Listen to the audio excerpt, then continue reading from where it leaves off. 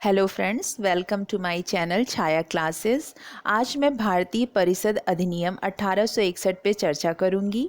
यह अधिनियम कंपटीशन के पर्पस से बहुत इम्पॉर्टेंट है, लेकिन समस्या यह होती है कि इस अधिनियम से संबंधित सभी महत्वपूर्ण तथ्य किसी एक बुक में उपलब्ध नहीं हो पाता है। अतः मैंने सभी महत्वपूर्ण तथ्य को इस वीडियो में समाहित करने की कोशिश की हूँ। चलिए देखते हैं। भारत परिषद अधिनियम 1861। यहाँ इस लाइन पर ध्यान दीजिए, इससे आपको इस अधिनियम का नेचर समझ में आ जाएगा। भारतीय इतिहास में यहीं से संवैधानिक विकास का सूत्रपात हुआ और धीरे धीरे भारतीयों को अपने देश के शासन में भाग लेने का अवसर दिया जाने लगा। इस डायग्राम में आप देख सकते हैं भारतीय परिषद अधिनियम 1861 में क्या खास बातें थीं। संवैधानिक विकास, मंत्रिमंडलीय व्यवस्था, अध्यादेश, विकेंद्रीकरण, ये सब आगे चलकर हमारे संविधान का अभिन्न अंग बन गया। इस अधिनियम की पृष्ठभूमि क्या है, देखते हैं। 1857 की क्रांति, यह सिपाहियों और जनता के संगम से उपजा अप्रत्याशित विद्रोह था, जो ब्रिटिश शासन को खत्म करने की दिशा में असफल लेकिन साहसिक प्रयास था। और इसी विद्रोह से भारतीयों में राष्ट्रीय भावना का बीजारोपण हुआ और फलतः अब ब्रिटिश सरकार सतर्क हो गई। सेकेंड देखिए, महारानी विक्टोरिया का घोषणा पत्र 1858 ईस्वी में आया, जिसके बाद से भारतीय शासन की बागडोर कंपनी के हाथों से निकलकर क्राउन के हाथों में चली गई। और यही कारण था कि विधायी कार्यों में भारतीयों को प्रतिनिधित्व देने की व्यवस्था सर्वप्रथम 1861 भारतीय परिषद अधिनियम में की गई। अंततः भारत सचिव चार्ल्स वुड ने 6 जून 1861 को ब्रिटेन की संसद में यह विधेयक रखा, जिसे 1 अगस्त 1861 को ब्रिटिश सम्राट द्वारा पास कर दिया गया। नेक्स्ट, उद्देश्य देखते हैं कि इस अधिनियम का उद्देश्य क्या था। इस अधिनियम का उद्देश्य भारत में विधायी व्यवस्था की स्थापना करना था। नेक्स्ट देखिए, अधिनियम 1861 के प्रावधान, विशेषताएं। चर्चा करने से पहले हमें यह जान लेना आवश्यक है कि ब्रिटिश सरकार का ढांचा क्या था, कौन कौन सी प्रमुख संस्थाएं थीं और कहाँ थीं। चलिए संरचना देखते हैं। ब्रिटिश संसद, यह सर्वोच्च संस्था थी जो ब्रिटेन में थी। इसके नीचे देखिए गवर्नर जनरल, इसके अंतर्गत केंद्रीय कार्यपालिका आती थी जो भारत में थी केंद्रीय सरकार के रूप में। इसके नीचे देखिए प्रांतीय गवर्नर, प्रांतीय विधान परिषद इसके अंतर्गत आती थी जो भारत में थी प्रांतीय सरकार के रूप में कार्य करती थी। नेक्स्ट देखिए प्रावधान। प्रावधान को 3 प्रमुख बिंदुओं में बांटा गया है: केंद्रीय कार्यपालिका, केंद्रीय विधान परिषद, प्रांतीय विधान परिषद। इसे अब हम विस्तार से एक एक करके आगे चर्चा करेंगे। प्रथम विशेषता इस चार्ट के माध्यम से आप समझ सकते हैं। भारत की केंद्रीय कार्यपालिका संबंधित प्रावधान, विशेषताओं, इसको हमने 2 भागों में बांटा है। पहला देखिए विस्तार, अर्थात केंद्रीय कार्यपालिका में क्या विस्तार किया गया। सदस्यों की संख्या 4 से बढ़ाकर 5 कर दी गई। 5वां सदस्य अधिवक्ता या विधिवेत्ता होना अनिवार्य था। कार्यपालिका की बैठक सप्ताह में 1 बार किसी भी स्थान पर हो सकती थी। दूसरा देखिए गवर्नर जनरल के अधिकार में क्या वृद्धि की गई। तत्कालीन गवर्नर जनरल कैनिंग ने विभागीय प्रणाली, पोर्टफोलियो सिस्टम की शुरुआत की। इसके तहत परिषद के सदस्यों को विभिन्न भागों का दायित्व सौंपा गया था। इस प्रकार इस अधिनियम के द्वारा भारत सरकार की मंत्रिमंडलीय कैबिनेट व्यवस्था की नींव रखी गई थी। आज भी आप जानते हैं कि कैबिनेट मंत्रिमंडल होती है, जिसकी बैठक होती रहती है, जो केंद्र और राज्य सरकार दोनों जगह होती है। इसकी शुरुआत यहीं से हुई थी, इसलिए ये ध्यान रखिएगा। नेक्स्ट विशेषता जिसे हम चार्ट में देखते हैं, केंद्रीय मंत्री परिषद से संबंधित प्रावधान। इसे 3 भागों में बांटा गया है ताकि आपको आसानी से याद हो सके। पहला देखिए सदस्यों की संख्या में विस्तार। सदस्यों की संख्या कम से कम 6 तथा अधिकतम 12 होगी। सभी सदस्य गवर्नर जनरल के द्वारा 2 साल के लिए मनोनीत किए जाएंगे और इनमें से आधे गैर सरकारी सदस्य होना अनिवार्य था। दूसरा देखिए, केंद्रीय मंत्री परिषद के अधिकार में विस्तार। अब केंद्रीय विधान परिषद ब्रिटिश भारत के अंदर आने वाले सभी व्यक्तियों तथा नागरिकों के लिए कानून बना सकती थी और उसे परिवर्तित भी कर सकती थी। तीसरा देखिए, गवर्नर जनरल के अधिकार। अब गवर्नर जनरल आपातकालीन स्थिति में अध्यादेश जारी कर सकता था जो 6 माह तक लागू रह सकता था। आप ध्यान दीजिएगा कि आज हमारे संविधान में यह शक्ति अनुच्छेद 123 के तहत राष्ट्रपति को सौंपी गई है।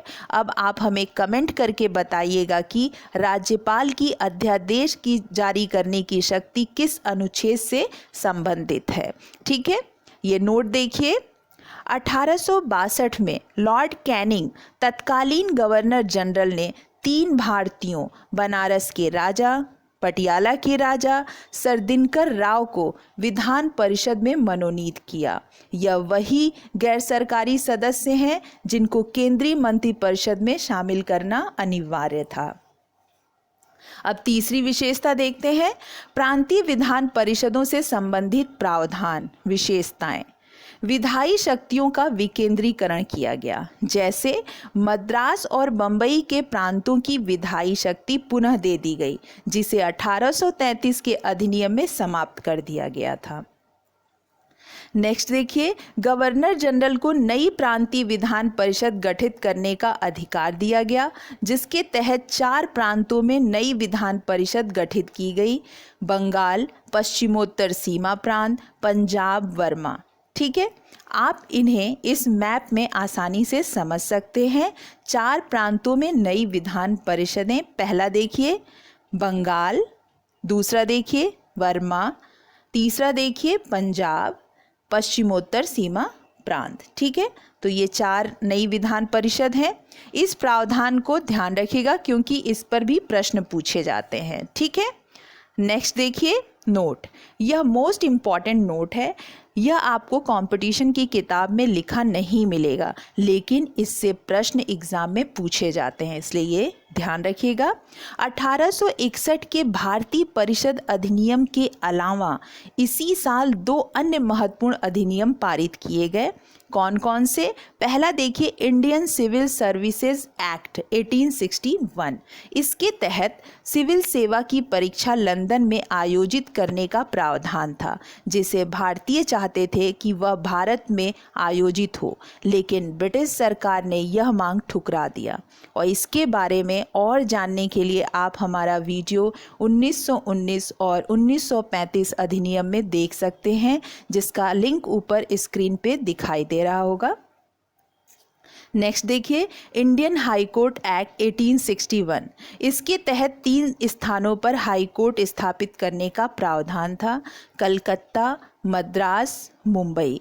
ठीक है, तो ये ध्यान रखिएगा कि 1861 के भारतीय परिषद अधिनियम के साथ ही 1861 में ही 2 और अधिनियम आए थे। वो कौन कौन से थे? Indian civil services act 1861 and Indian high court act 1861। ठीक है, अब देखते हैं इस अधिनियम का मूल्यांकन, जिसमें इस अधिनियम का क्या योगदान था तथा क्या आलोचनाएं थी, देखेंगे। ठीक है, पहले अधिनियम का योगदान देखते हैं।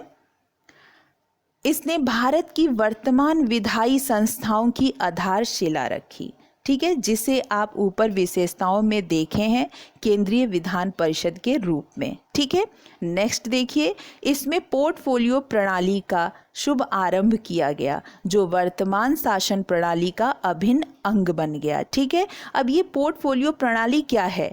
विभागों के लिए मंत्रियों पर स्वतंत्र दायित्व सौंपना। ठीक है, आज आप देखते हो कि अलग अलग विभाग मंत्रियों को सौंपे जाते हैं, जैसे स्वास्थ्य विभाग, शिक्षा विभाग। ठीक है, तो यही पोर्टफोलियो प्रणाली है।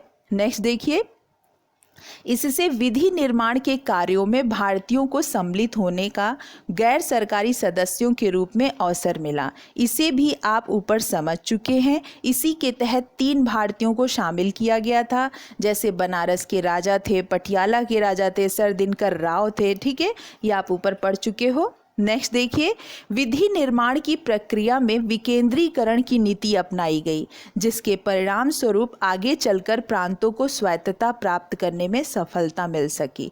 ठीक है, तो ये विकेंद्रीकरण क्या है? विकेंद्रीकरण आपने ऊपर देखा कि नई प्रांतीय विधान परिषद गठित की गई थी और शक्ति के विकेंद्रीकरण, यही प्रावधान आज भी हमारे संविधान में शामिल है, जहां केंद्र और राज्यों के लिए अलग अलग शक्तियां प्रदान की गई हैं। ठीक है, आलोचना पर नजर डालेंगे। सर चार्ल्स वुड ने कहा कि इस अधिनियम से यह स्पष्ट था कि ब्रिटिश संसद भारत में उत्तरदायी सरकार देने के पक्ष में नहीं थी। ठीक है, क्योंकि परिषद को कार्यपालिका के क्रियाकलापों के बारे में चर्चा करने की आज्ञा नहीं थी। इसे आप शुरू में, जहां मैं संरचना के बारे में चर्चा की थी, वहां से आप देखकर पुनः समझ सकते हैं। नेक्स्ट देखिए, परिषद बजट पर टीका टिप्पणी या चर्चा नहीं कर सकती थी। ठीक है, ये अधिकार उसको नहीं था। और गवर्नर जनरल द्वारा जो भारतीय मनोनीत किए जाते थे वे प्रायः राजकुमार, दीवान या ब्रिटिश सरकार के समर्थक होते थे, जिनका लोगों की समस्या से कोई लेना देना नहीं होता था। इस तरह हम कह सकते हैं कि ब्रिटिश सरकार प्रजा की राय जानने का प्रयास तो करती थी, लेकिन उस पर अमल करना पूर्णतः उसको स्वविवेक पर निर्भर करता था।